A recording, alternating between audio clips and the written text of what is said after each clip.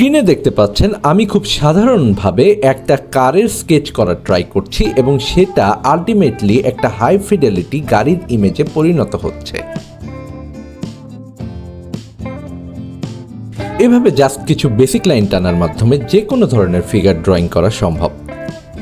আর এজন্য Leonardo AI এর real time canvas নামের টুলসটি ব্যবহৃত হয়েছে।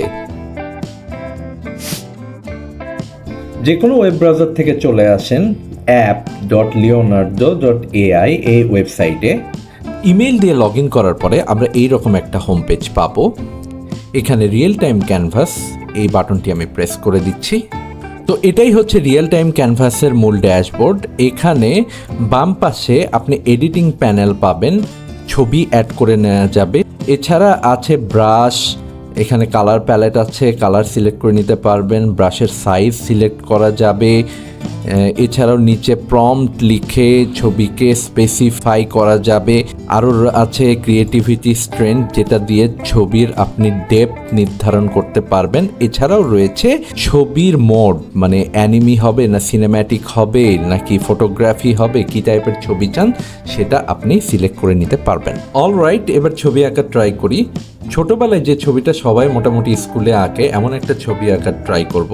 আপনারা গেস করেন যে আমি আসলে কি আঁকার ট্রাই করছি।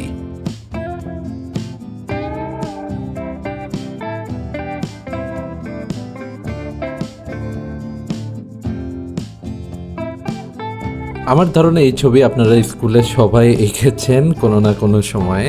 তো দেখি লিওনার্দো ছবিটা গেস করতে পারে কিনা। লিওনার্দো পুরোপুরি আইডেন্টিফাই করতে পারছে না।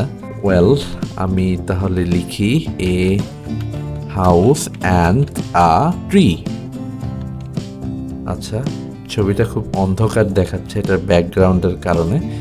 আমি ব্যাকগ্রাউন্ডটা চেঞ্জ করে নিতে পারি। এখানে ব্যাকগ্রাউন্ডে গেলাম, ব্যাকগ্রাউন্ডটা উজ্জ্বল করে দিলাম। Look the picture.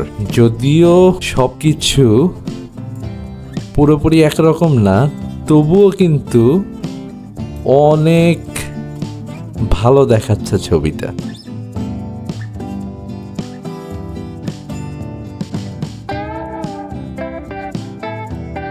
এটাকে যদি আমি অ্যানিমে মোডে নেওয়ার চিন্তা করি,